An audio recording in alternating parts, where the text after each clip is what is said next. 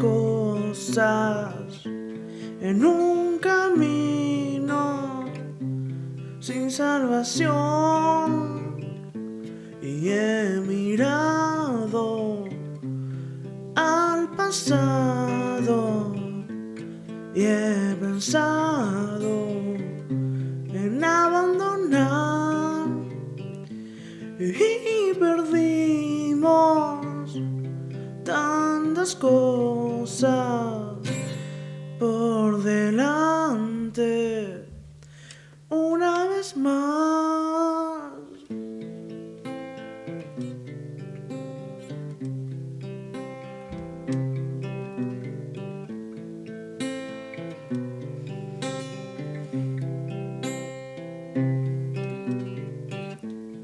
Y nos queda poco tiempo para vernos otra vez.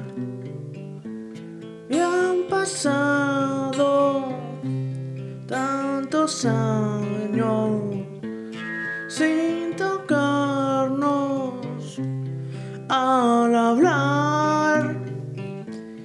El viaje sale largo, este